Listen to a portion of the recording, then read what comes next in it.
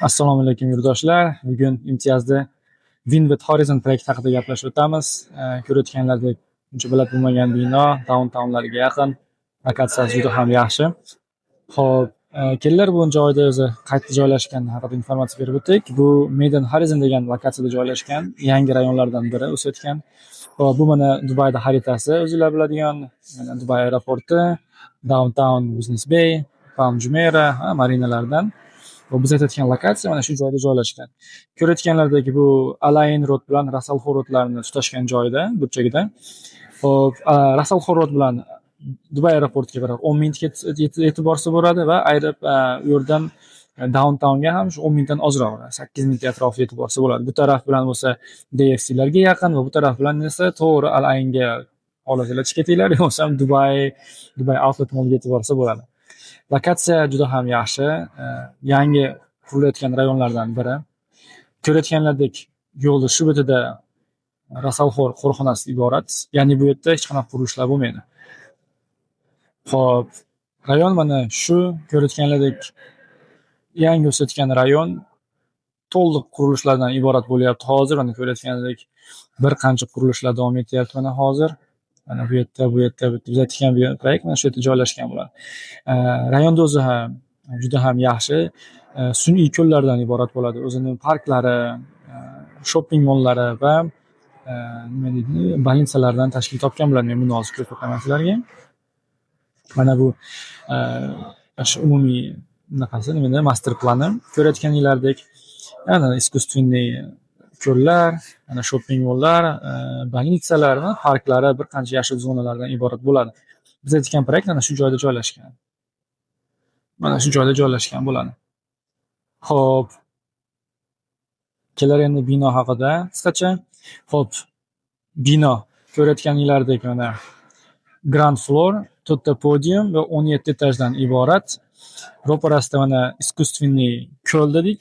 Insonlar cho'milsa bo'ladigan joy bo'ladi. Plus o'zini qulaylardan iborat bo'ladi. Proyektda 1 bedroom, 2 bedroom, 3 bedroomli apartamentlardan iborat. Xo'p. Endi bu umumiy 158 ta kvartiradan iborat. To'lov plani 60 ga 40. Ya'ni 60% qurilib davomida, 40% kalit olinayotganda. Xo'p, Dubayda bilasizlar, bular под ключ beriladi va mebelsiz. Ya'ni uy tayyor holda beriladi. Mana bu yotoqxonalar qanday bo'lishi haqida rasmlari, renderlari, bu endi umumiy uyda ko'rinishi haqida. Mana bu oshxonaning islandlari. Bu endi shu basseyn, birinchi etajda basseynlari bor, qulayliklari bor, o'shalar shu yerda joylashgan bo'ladi. Xo'p.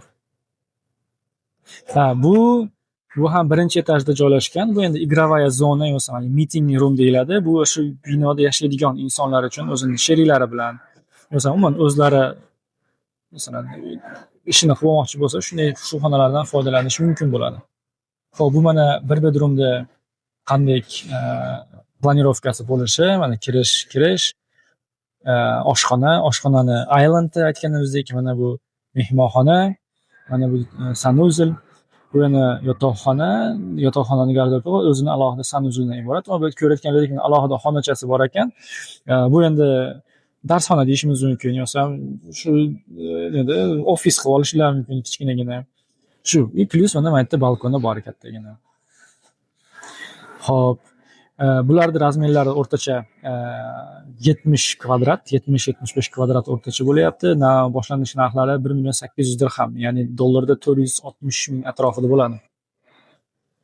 Bu ikki xonalilarda ko'rinishlari, ko'rayotganlaridek mana bu yerdan kirish, kitchen island, oshxona, mana mehmonxona, mana bu bitta yotoqxona o'zini anaqasi bilan, endi sanuzeli bilan, mana bu yerda garderoblari va bu ikkinchi yotoqxona, master bedroom deb qo'yamiz.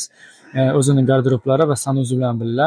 Mana bu yerda qo'shimcha nima deydi?